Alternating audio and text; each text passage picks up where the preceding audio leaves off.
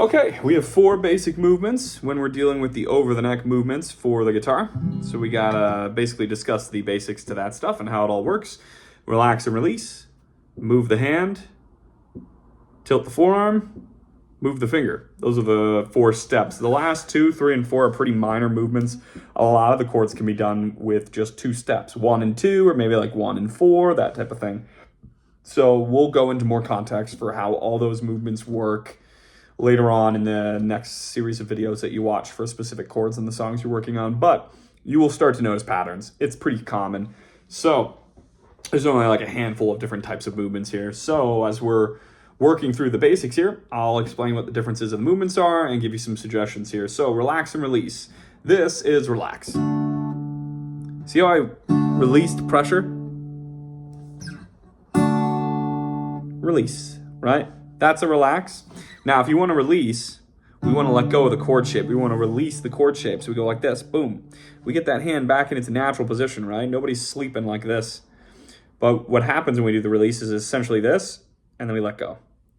And so sometimes you only use one finger to do that. Sometimes you're doing multiple. But that's the idea. You're trying to release the pressure from the curled fingers.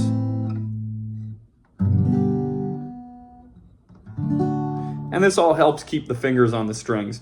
Anything that's not on this list of 4 movements is a technical flaw. So what we're trying to do is teach you the correct movements and not talk about all the things you're not supposed to be doing. So when you learn these movements, we will start to refine them. And when you bring them in, we'll go over kind of where the weaknesses are or any sort of weird things you're adding into the mix that we got to get rid of. So, but what's great is once you learn all 4 of these movements, they become a problem-solving tool. Anytime you're playing over the neck on the guitar, these are the only 4 movements you're ever going to use to get where you want to go next. So, okay. So yeah, that's relax and release. It's just like either relaxing, keeping the chord shape and relaxing the fingers, or letting go of the chord shape and just getting into that relaxed position, right? Even if it's A minor. Sometimes you'll have A minor and you'll need to release just one finger, right? Anytime a finger needs to go up, boom, that's a release, right? I just let go of the chord shape, but only with this finger, and these 2 just relaxed. So we got 2 relaxed fingers, 1 released. Bam. See that? And of course, sometimes you'll have a release that allows the hand to drop, like that, right? So if I release the chord shape, the hand just kind of tilts, because the natural over-the-neck position has this angle on it. And when you play some of these chords, it's a little flatter. But the natural angle is like that. So the hand will just drift when you release the chord shape. Bam. And then that's going to allow you to get into other chords much easier than trying to like manipulate your fingers to do it. And it's less steps. Less steps is easy. What we're going for here, guys, is from getting to point A to point B, whatever that might be, whatever, we want 2 to 3 steps if we can get it. 2 to 3 steps is easy. 4 is doable. 5 or 6 is not going to happen. So if you wind up at 5 or 6 movements to get somewhere, that is why you can't get it up to speed. So we want to trim all that extra stuff out and get it down to 2 or 3 if we can. Okay, move the hand.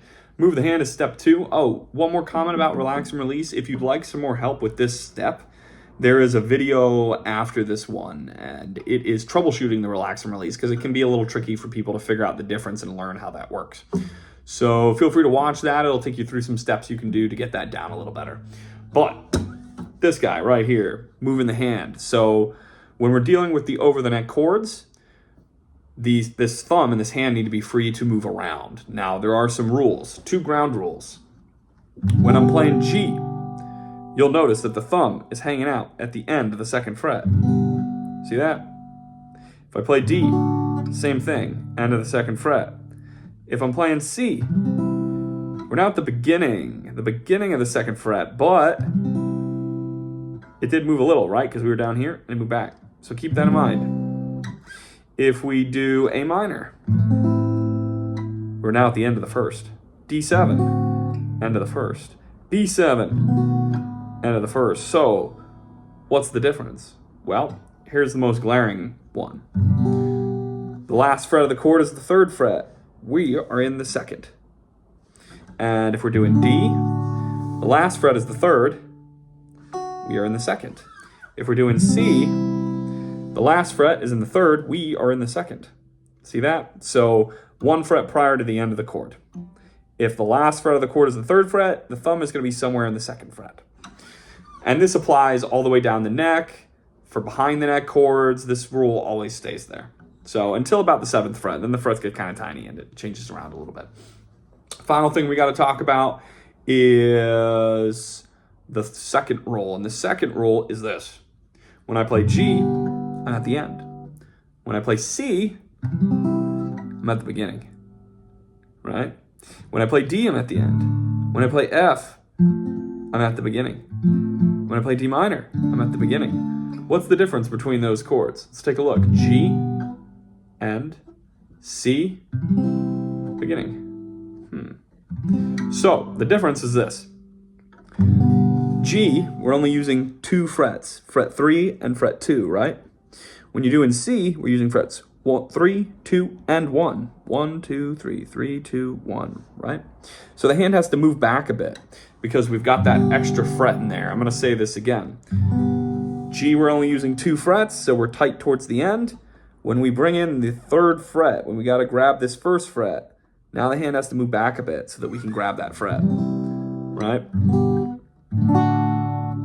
And back. Now I got 3 frets, I had to move back a bit. So anytime you've got a chord that is 2 frets or smaller, you're going to be towards the end of the fret. That's only 1 fret. Thumb's at the end, right? Anytime you got one that's 3 frets or larger, sometimes you get some 4 fret chords that are behind the neck, your thumb is going to be towards the beginning of the fret prior. So something worth writing down, but is also in your reference binder. There's only 2 more movements. They're fairly simple, so we won't take too long describing them, but there is the movements.